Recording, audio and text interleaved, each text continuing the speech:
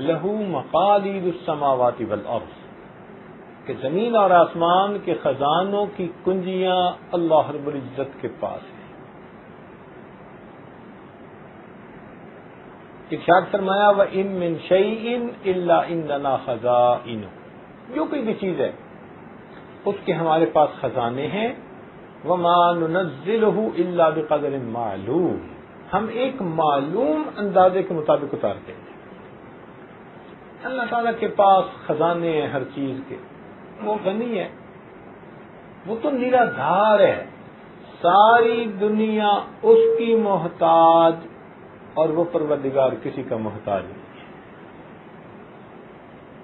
ایسا مالک و خالق ہے، غنی ہے۔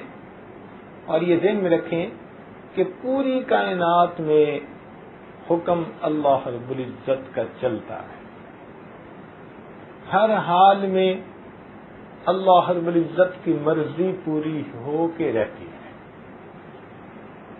چنانچہ آپ ذرا غور کیجئے کہ سیدنا آدم علیہ السلام چاہتے تھے کہ میں جنت میں ہمیشہ ہمیشہ رہوں، کیونکہ شیطان نے قسم کھائی تھی وَقَاسَمَهُمَا، اس شیطان بدبخت نے آدم علیہ السلام اور اماں حوا دونوں کے سامنے قسم کھا کر کہا تھا کہ اگر آپ اس درخت کا یہ پھل کھا لیں تو آپ کو ہمیشہ ہمیشہ جنت میں رہنے کا موقع مل جائے گا، وَمُلْكٍ لَا يَبْلَى، قرآن مجید کے الفاظ ہیں۔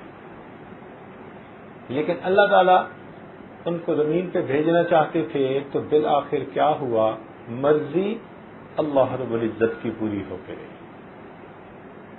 دوسری مثال دیکھ لیجئے کہ سیدنا نوح علیہ السلام وقت کے پیغمبر علیہ السلام ہیں، کشتی میں ہیں، اپنا سگا بیٹا سامنے ہے، تو باپ کے دل میں بیٹے کے ساتھ کیسی محبت ہوتی ہے، اور کتنا اس کا دل چاہتا ہے کہ میرا بیٹا اس عذاب سے بچ جائے، نجات پا جائے۔ اور وہ کہتے بھی ہیں یا بنی ارکم معنا، اے بیٹے ہمارے ساتھ کشتی پہ سوار ہو جا، لیکن اللہ تعالیٰ نہیں چاہتے، تو نتیجہ کیا نکلا؟ فحال بینہم الموج فکان من المغرقین، حضرت نوح علیہ السلام کی آنکھوں کے سامنے ان کا بیٹا غرق ہو گیا پانی میں، تو مرضی کس کی پوری ہوئی؟ اللہ رب العزت کی۔ سیدنا ابراہیم علیہ السلام اور اسماعیل علیہ السلام دونوں اس بات پر متفق ہو گئے، باپ اس پہ کہ میں ذبح کر دوں بیٹے کو اللہ کے نام پہ، اور بیٹا اس پہ کہ میں اللہ تعالیٰ کے نام پہ ذبح ہوتا ہوں۔ قرآن مجید نے گواہی دے دی فلما اسلما،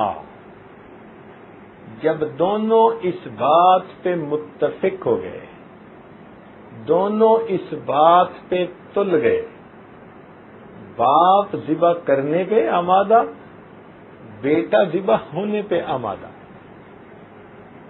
مگر اللہ تعالیٰ نہیں چاہتے کہ اسماعیل علیہ السلام ذبح ہوتے، تو مرضی کس کی پوری ہوئی؟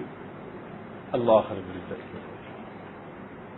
دیکھیے سیدنا رسول اللہ صلی اللہ علیہ وسلم نے ایک موقع پر شہد نہ کھانے کا ارادہ فرما لیا،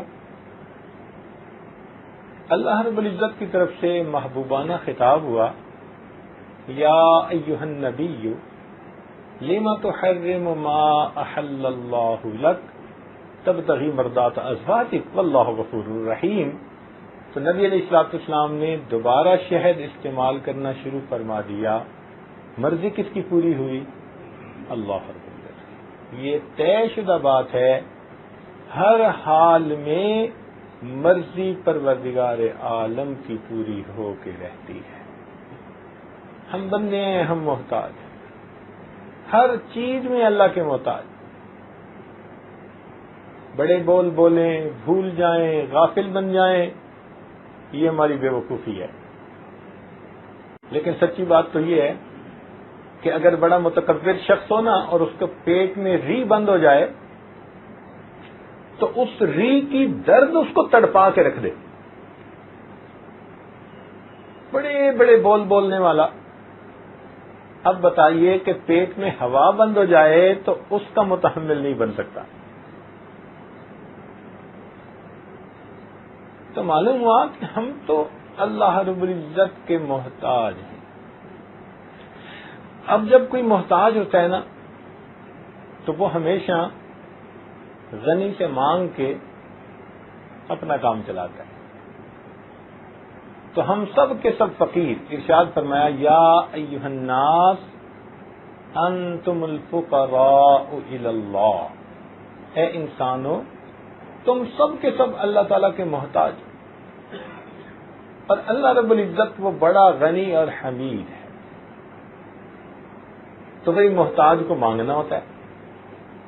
مگر اللہ رب العزت اتنے کریم ہے کہ انہوں نے بندے کو مانگنا بھی سکھا دیا.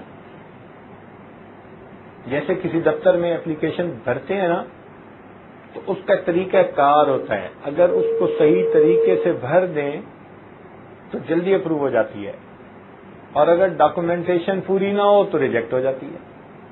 تو اللہ تعالیٰ اتنے کریم کہ انہوں نے مانگنا بھی خود سکھا دیا.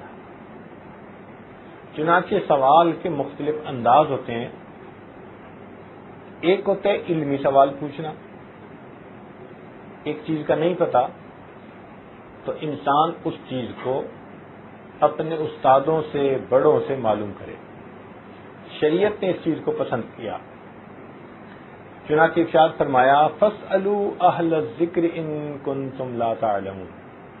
اگر تمہیں کسی بات کا نہیں پتا تو تم جاننے والوں سے پوچھ لو. مفسرین نے اہل العلم اس کا ترجمہ کیا کہ ان سے معلوم کر لو.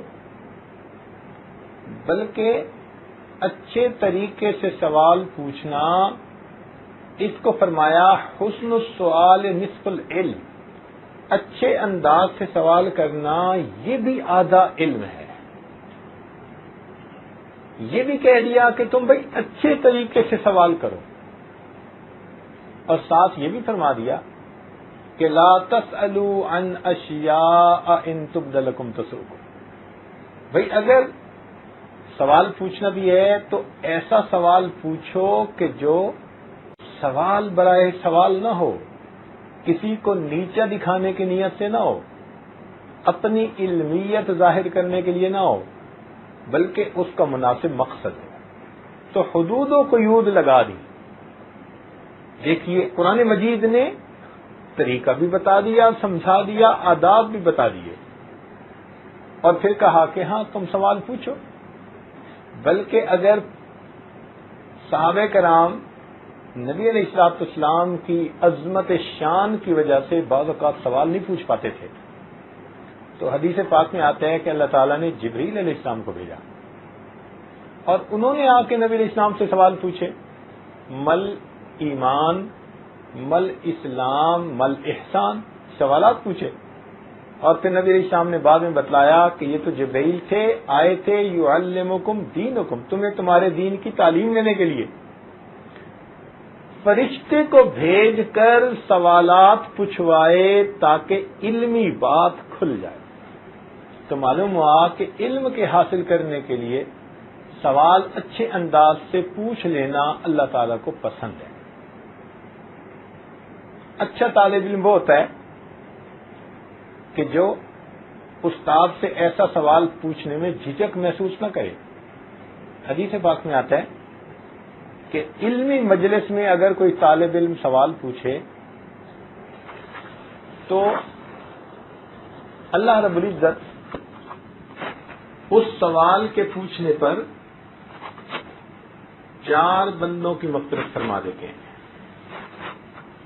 ایک, جس بندے نے سوال پوچھا, علمی سوال پوچھا اپنے استاد سے, سوال پوچھنے والے کی اللہ تعالیٰ مغفرت فرما دیتے ہیں. دوسرا, جس استاد نے اس کا جواب دیا اللہ تعالیٰ اس کی بھی مغفرت فرما دیتے ہیں. اور تیسرا, جو لوگ محفل میں موجود تھے, ہم جماعت, ہم سبق, ان کی بھی اللہ تعالیٰ مغفرت فرما دیتے ہیں. اور چوتھا, جو لوگ اس مجلس کے قیام کا سبب بنے وہ معاونین اگرچہ اپنے گھروں میں موجود ہیں مگر ان سے محبت رکھنے کی وجہ سے اللہ تعالیٰ ان کی بھی مغفرت فرما دیتے ہیں۔ تو علمی سوال پوچھنے کو شریعت نے پسند کیا۔ ایک ہوتا ہے عبرت کے لیے سوال پوچھنا، اس کا بھی حکم دیا گیا تاکہ انسان عبرت حاصل کرے۔ اگر کسی کو نعمت سے محروم کر دیا گیا تو یہ عبرت پکڑ کے اپنے آپ کو سیدھا کر لے، ایسا نہ ہو کہ یہ بھی نعمت سے محروم۔ چنانچہ فرمایا سل بنی اسرائیل، دیکھو یہ امر کا صیغہ ہے، سل پوچھئے، سل بنی اسرائیل کم آتیناہم من آیت بینہ ومن یبدل نعمت اللہ، دیکھا جو اللہ کی نعمت کو تبدیل کرتا ہے۔ تو مقصد یہ کہ تم سبق سیکھو دوسروں سے۔ قوم یہود جن کی اللہ تعالیٰ نے شکلوں کو مسخ کر دیا، ان کے بارے میں اللہ تعالیٰ فرماتے ہیں وَاسْأَلْهُمْ عَنِ الْقَرْيَةِ الَّتِي كَانَتْ حَاضِرَةَ الْبَحْرِ، تو دیکھیں اس میں بھی سوال پوچھنے کا تذکرہ۔ تو ایسا سوال کہ جس سے انسان سبق سیکھے، عبرت حاصل کرے، اپنے گناہوں سے توبہ کر لے، نیکی میں آگے بڑھ لے، ایسا سوال کرنا بھی شریعت کی نظر میں محمود ہے۔ ایک تیسرا سوال ہوتا ہے کہ کوئی بندہ محتاج ہے، غریب ہے، وسائل نہیں، اور وہ اپنی ضرورت پوری کرنے کے لیے سوال کرتا ہے، شریعت نے اس کی بھی رعایت رکھی۔ چنانچہ ارشاد فرمایا وفی اموالہم حق معلوم للسائل والمحروم، بندے کے رزق میں جو وہ کماتا ہے اور جس کا نصاب پورا ہو تو اس میں بھی اللہ تعالیٰ نے ایسے محتاج لوگوں کا حصہ متعین فرما دیا، زکوٰۃ کی شکل میں، صدقات کی شکل میں، عشر کی شکل میں۔ تو اللہ رب العزت نے یہ بھی متعین فرما دیا، مگر اس پر حد لگا دی، فرما دیا کہ اگر تم بغیر ضرورت کے ہاتھ پھیلاؤ گے تو یہ بات ہمیں ناپسند ہے۔ حدیث پاک میں آتا ہے کہ جو بندہ بغیر ضرورت کے دوسرے کے سامنے ہاتھ پھیلائے، اللہ تعالیٰ قیامت کے دن اس کو اس طرح کھڑا کریں گے کہ اس کے چہرے کے اوپر گوشت نہیں ہوگا۔ یہ غیر کے سامنے چہرہ کرتا تھا، اب اس کے چہرے کی رونق تازگی کو ختم کر دیا جائے گا۔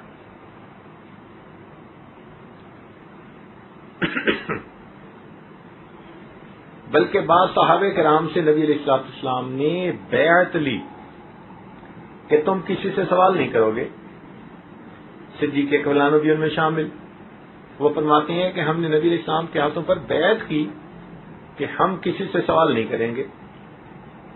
ان حضرات کا یہ عالم تھا کہ اگر سواری پہ سوار ہوتے اور ان کا چاوک گر جاتا تو کسی سے یہ بھی نہیں کہتے تھے کہ اٹھا کے دو، نیچے اترتے تھے، اپنا چاوک اٹھا کر پھر سوار ہوتے تھے، کہتے تھے ہم نے نبی علیہ السلام سے بیعت کی ہے کہ ہم کسی سے سوال نہیں کریں گے۔ تو اس کی ایک حد متعین کر دی۔ ایک سوال اور بھی ہے،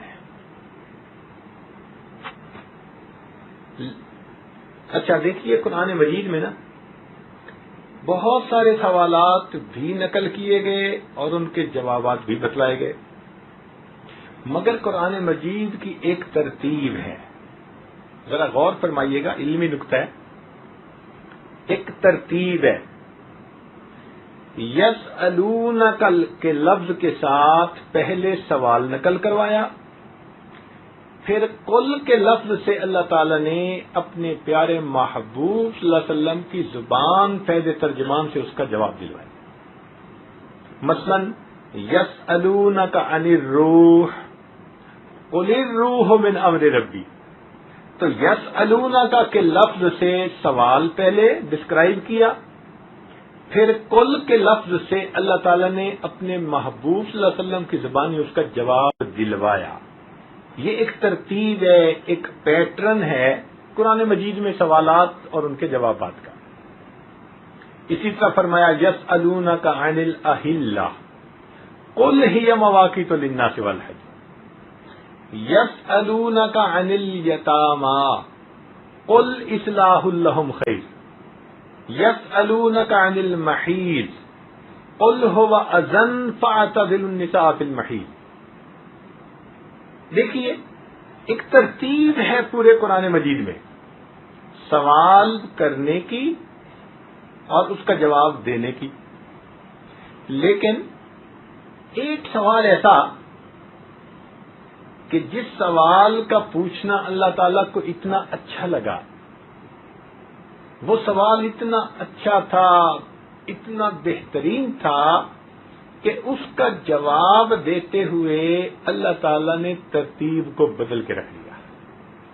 جو ضابطہ ایک بنایا تھا نا یسألونک اور قل، اس کو بدل کے رکھ دیا۔ پتہ ہے وہ سوال کون سا ہے؟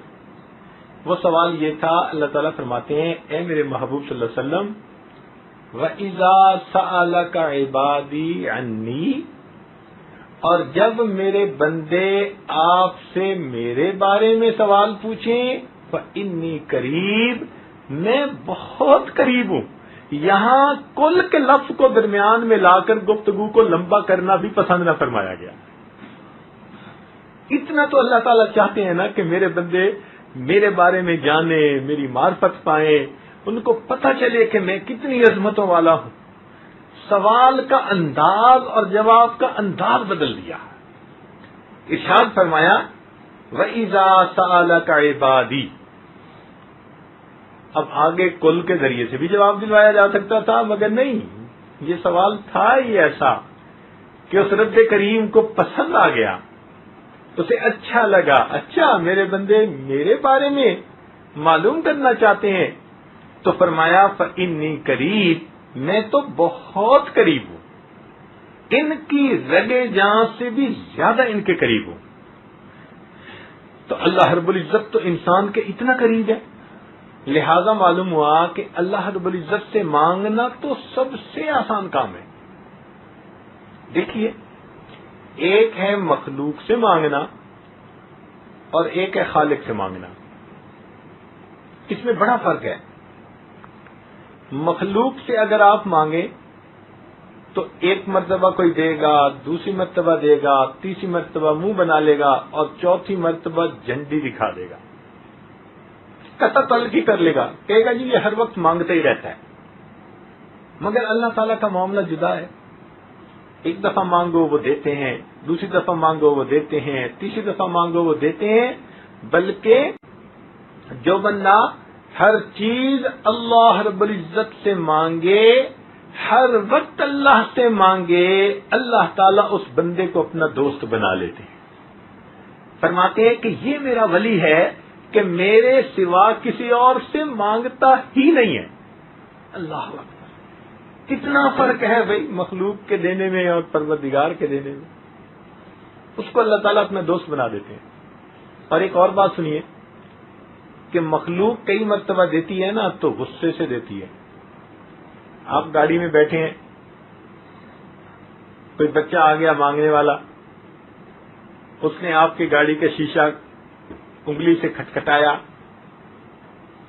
آپ اسے پہلے کہتے ہیں جاؤ بھائی آگے جاؤ، وہ پھر مانگتا ہے، آپ کہتے ہیں بھائی چلے جاؤ، وہ پھر مانگتا ہے۔ اور یہ لوگ ہوتے بھی خوب ٹرینڈ ہیں، ایسے ایسے الفاظ کہتے ہیں کہ اگلا مجبور ہو جائے دینے پر۔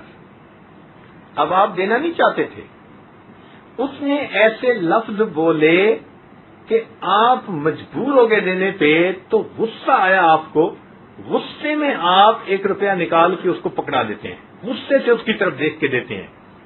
تو مخلوق کئی مرتبہ دیتی بھی ہے تو غصے سے دیتی ہے، رب کریم وہ عطا کرنے والے ہیں، جب بھی دیتے ہیں ہمیشہ پیار کے ساتھ دیتے ہیں، وہ غصے ہو کے نہیں دیتے۔ ہم نہیں کہتے ہیں کہ لے اور میرے پیچھے سے اتر، ہیں مگرون لو ایسے ہی کہتے ہیں نا, 1 روپیہ اس کو دے کے کہتے ہیں جان چھڑاؤ. لیکن نہیں, اللہ رب العزت کا معاملہ یہ نہیں ہے.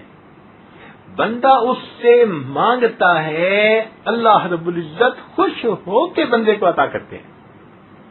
اچھا, مخلوق کے مانگنے میں ایک اور بھی فرق ہے کہ مخلوق میں اگر کسی بڑے بندے سے چھوٹی سی چیز مانگو تو وہ ناراض.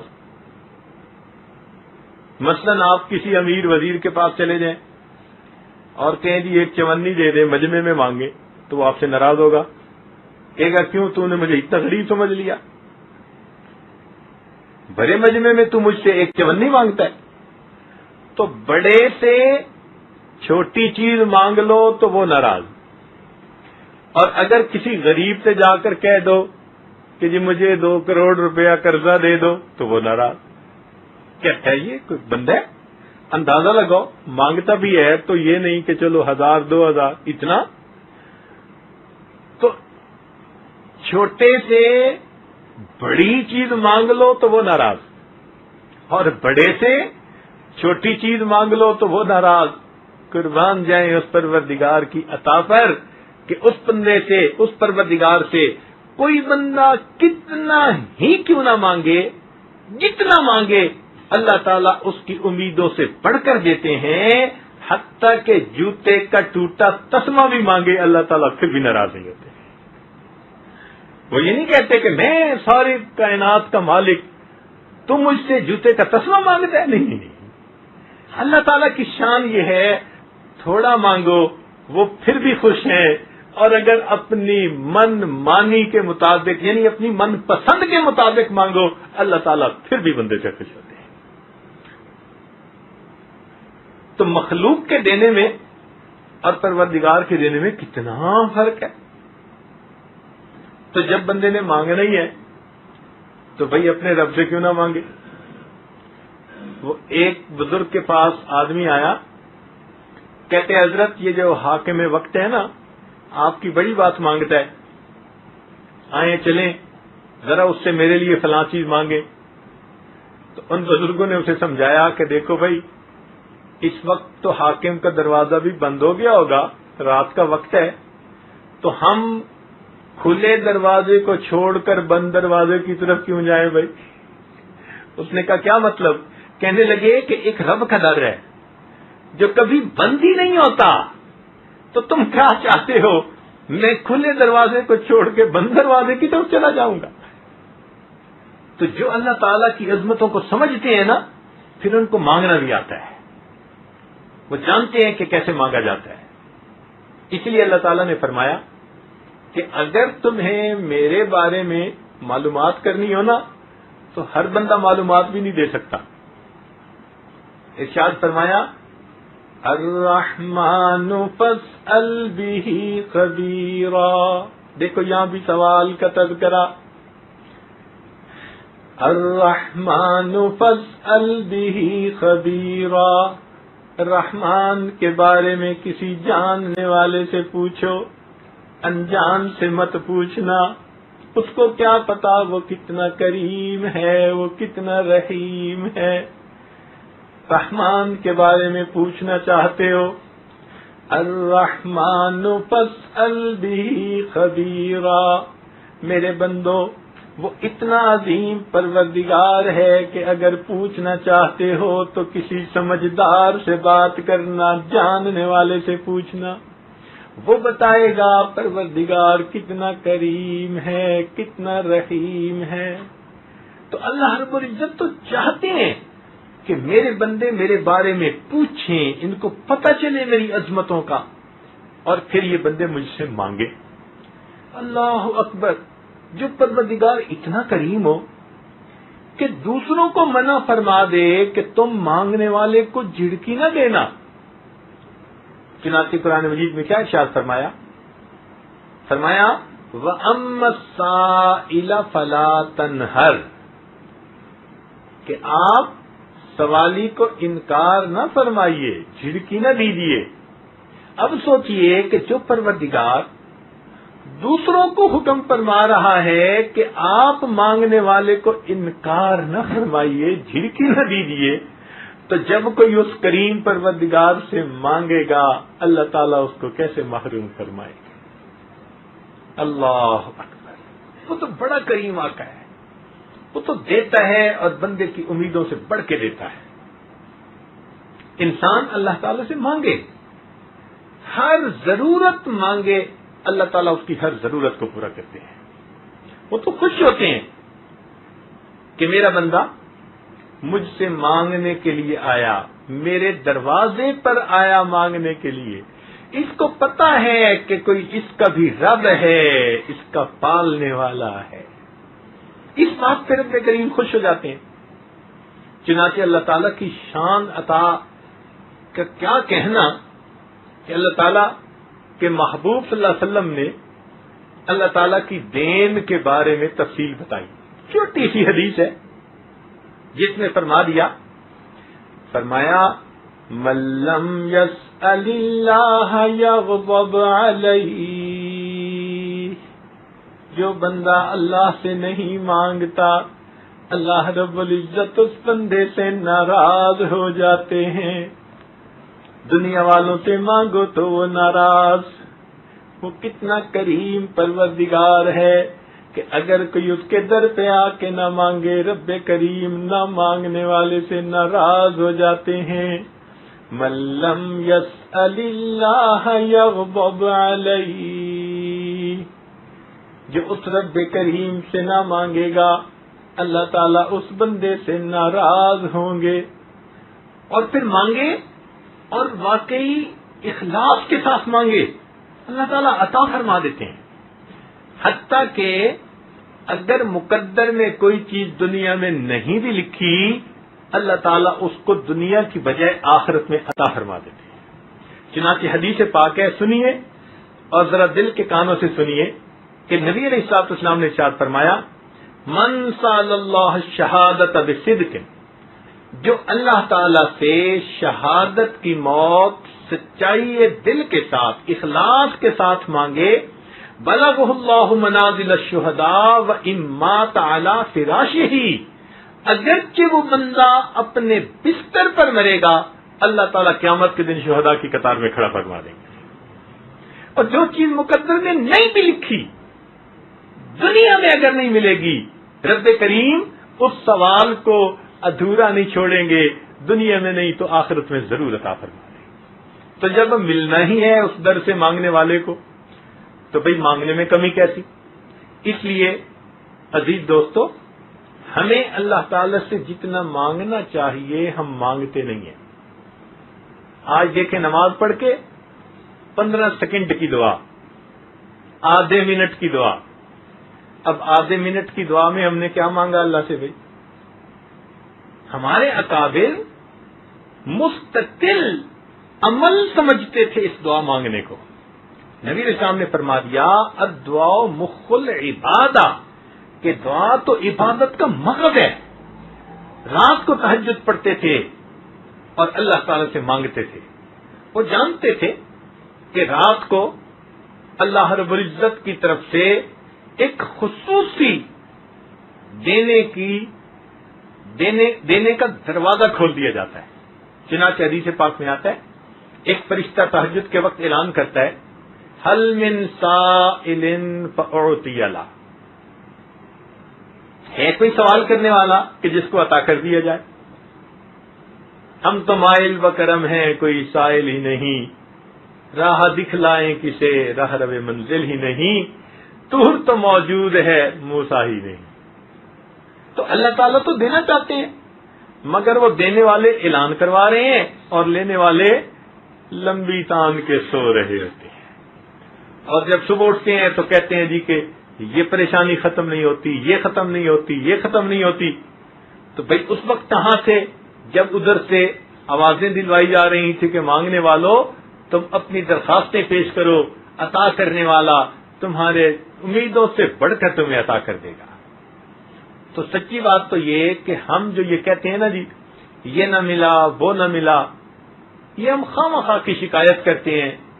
ہم الزام ان کو دیتے تھے, قصور اپنا نکل آیا. ہم مانگنے کے ڈھب سے مانگتے ہی نہیں ہیں. مانگتے رہیں امید کے ساتھ. پھر دیکھیں اللہ تعالیٰ کیسے در کھولتے ہیں, کیسے اللہ تعالیٰ مشکلوں کو آسان کر دیتے ہیں. اس کی رحمت کی ایک نظر ہماری مشکلات کی سب جو ہے مشکلات وہ ختم ہونے کا ذریعہ بن جائے گی. یہ خزاں کی فصل کیا ہے فقط ان کی چشم پوشی. یہ خزاں کی فصل کیا ہے فقط ان کی چشم پوشی. وہ اگر نگاہ کر دے تو ابھی بہار آئے. اللہ تعالیٰ کی رحمت کی نظر ہو جاتی ہے. مانگنا نہ چھوڑے بندہ, دن میں بھی مانگے, رات میں بھی مانگے, خوب مانگے. ہم تھوڑ دلے ہیں, 1 منٹ 2 منٹ دعا مانگ کے, اور دعا مانگنے کا انداز بھی آج کل ہمارا عجیب ہوتا ہے کہ جیسے افسر آتے ہیں نا دفتر میں تو اپنے ماتحتوں کو کام ذمہ لگا دیتا ہے, یہ کر دینا, یہ کر دینا, یہ کر دینا. ہماری دعا پہ ذرا غور کرنا, وہ بھی ایسی ہوتی ہے, اے اللہ میری بیٹی کا رشتہ ہو جائے, میرے بیٹے کو جاب مل جائے, میری بیوی کو صحت ہو جائے. ہم بھی گویا معاذ اللہ اپنے پروردگار کے ذمہ کام لگا رہے ہوتے ہیں. اس کو تو مانگنا نہیں کہتے, مانگنے کا انداز ہوتا ہے.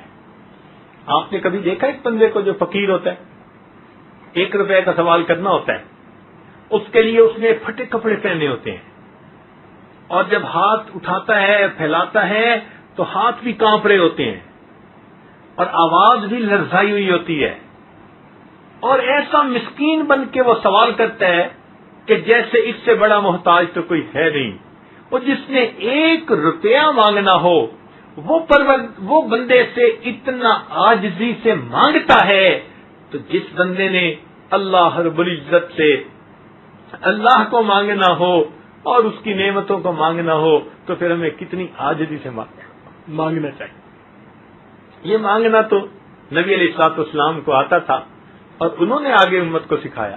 حدیث پاک میں ہے کہ بدر کی رات نبی علیہ الصلوۃ والسلام نے سجدے میں سر ڈالا, ایسی دعا کی کہ آپ نے جب دعا فرمائی صدیق اکبر لانو کھڑے دیکھ رہے تھے, ان کا دل بھر آیا اور کہنے لگے اے اللہ کے محبوب آپ سر اٹھائیے, اللہ کی مدد یقیناً آ کے رہے گی. یہ مانگنا ہوا نا کہ دیکھنے والے کو ترس آ جائے, اور دینے والے کو تو ترس آنا ہی ہے. مانگنے والے کا تو مزہ یہ کہ ایسے اس نے عاجزی سے مانگا کہ دیکھنے والے کو بھی ترس آ گیا. کبھی ہم نے ایسی دعا مانگی کہ ہم اتنی عاجزی سے مانگے کہ دیکھنے والے کو ترس آ جائے. اصل میں ہمیں مانگنا نہیں آتا, اس لیے اللہ تعالیٰ کے در سے اپنی پریشانیوں کا حل مانگیے اور اللہ رب العزت کی نعمتوں سے فیض پائیے. ہمارا تو کام چل ہی اللہ تعالیٰ کی رحمت سے رہا ہے. قدم قدم پہ لمحہ لمحہ ہم اللہ تعالیٰ کی نعمتوں کے محتاج ہیں. ہر نعمت کے محتاج ہیں, اور وہ پروردگار اتنا ہے کہ یہی نہیں کہ وہ صرف اپنوں کو دیتا ہے. دنیا میں تو ایسے ہی ہوتا ہے نا, کوئی اقتدار میں آ گیا تو چن کے جو اپنے حمایتی, اپنے ووٹر, اپنی پارٹی کے ہوتے ہیں ان کو دیتے ہیں. رب کریم کے ہاں معاملہ یہ نہیں ہے, وہ فقط کلمہ پڑھنے والوں کو ہی نہیں دیتا, دنیا کی ضرورتیں تو کافروں کو بھی دے دیتا. یاد رکھیں وہ نیکوکاروں کو بھی دیتا ہے, گناہگاروں کو بھی دے دیتا ہے, وفاداروں کو بھی دے دیتا ہے, غداروں کو بھی دے دیتا ہے. وہ اتنا کریم پروردگار ہے, اپنے اور پرائے سب کو دے دیتا ہے. بلکہ میں تو یوں کہوں کہ اپنوں کو اگر وہ دال ساگ دے دیتا ہے تو کوئی غیر ہوتا ہے تو مرغ مسلم دے کے دنیا میں اس کے منہ بند کر دیا کرتا ہے. لے جاؤ تم دنیا کی سب نعمتیں. تو دنیا میں تو وہ ہر ایک کو دیتا ہے. ایسا دینے والا اللہ اکبر کہ جس در سے کوئی خالی نہ جائے.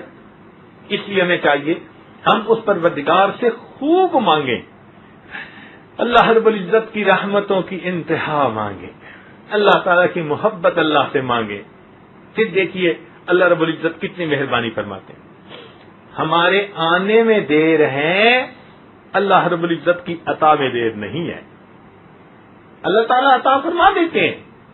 ہم آتے نہیں اس کے در پہ صحیح مانگنے کی طرح.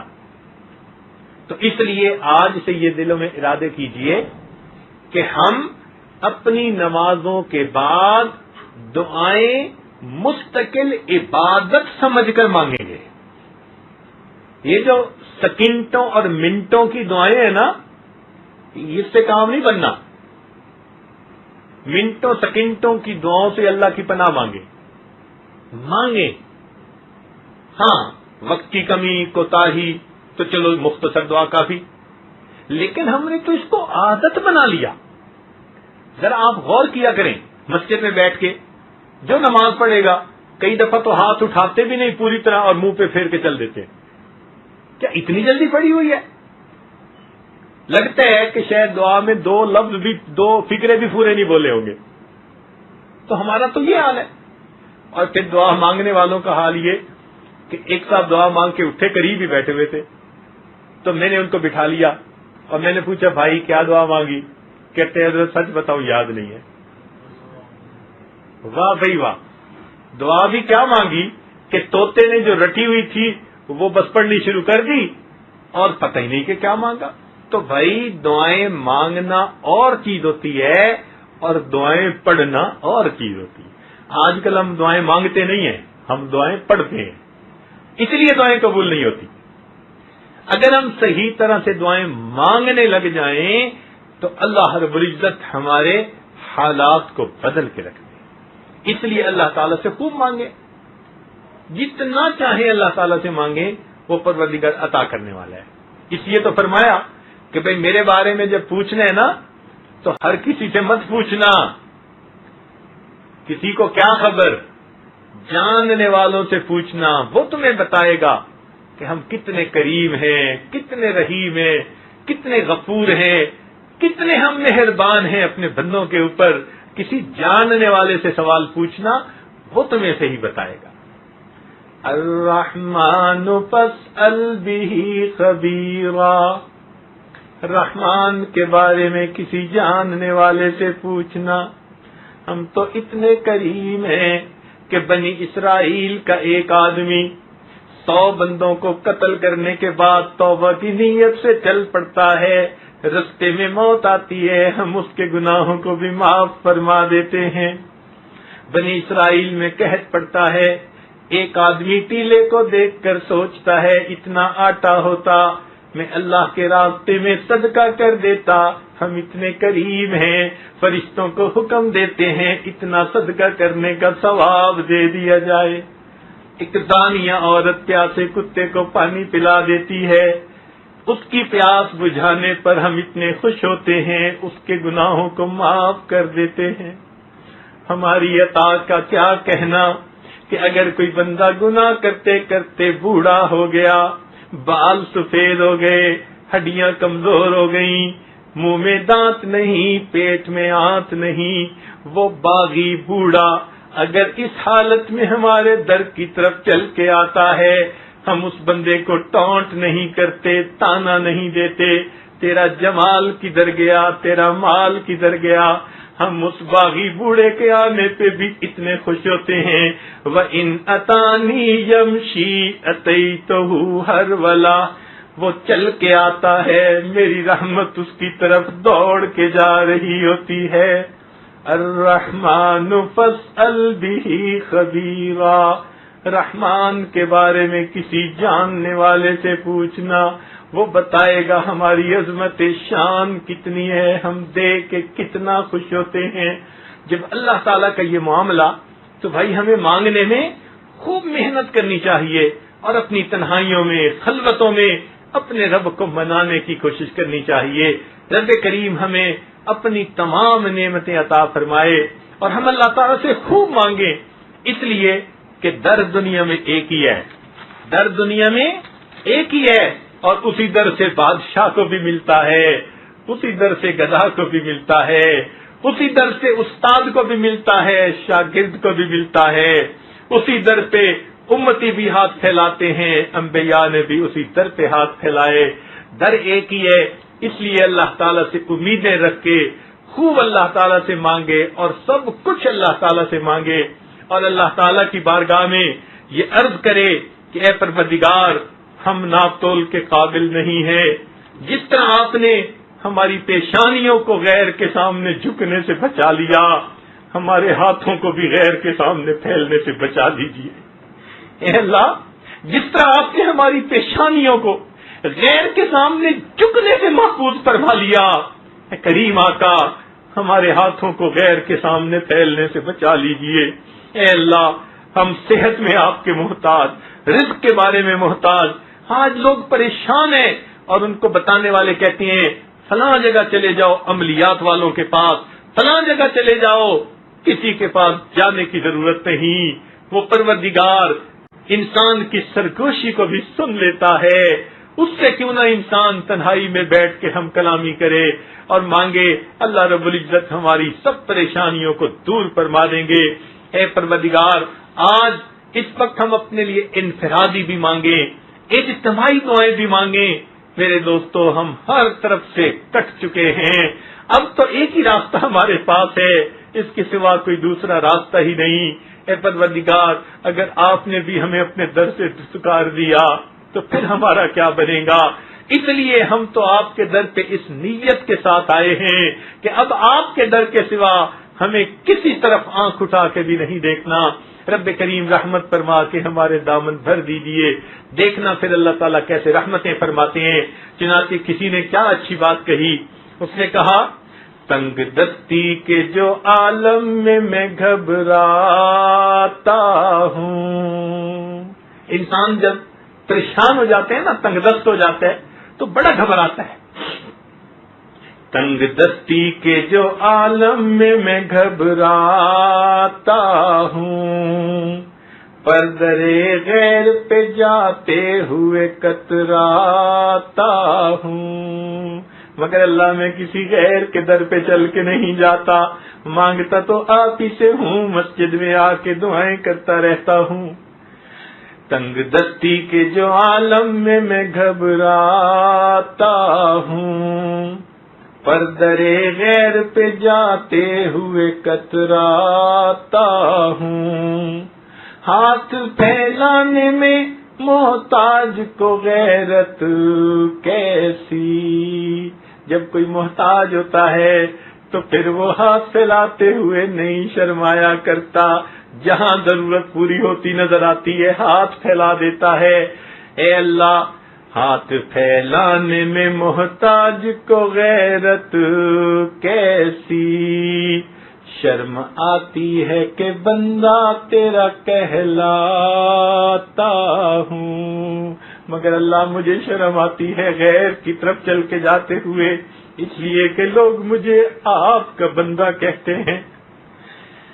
تنگ دستی کے جو عالم میں گھبراتا ہوں، پر درے غیر پہ جاتے ہوئے کتراتا ہوں، ہاتھ پھیلانے میں محتاج کو غیرت کیسی، شرم آتی ہے کہ بندہ تیرا کہلاتا ہوں۔ اے اللہ، جب بندے آپ ہی کے ہیں تو آپ ہی کے سامنے دامن پھیلائیں گے، آپ ہم پر مہربانیاں فرما دیجئے۔ اللہ تعالی ہمیں اپنی ذات سے صحیح انداز سے مانگنے کی توفیق عطا فرمائے۔ وآخر دعوانا ان الحمدللہ رب العالمین۔ تھوڑی دیر کے لیے مراقبہ کر لیجیے۔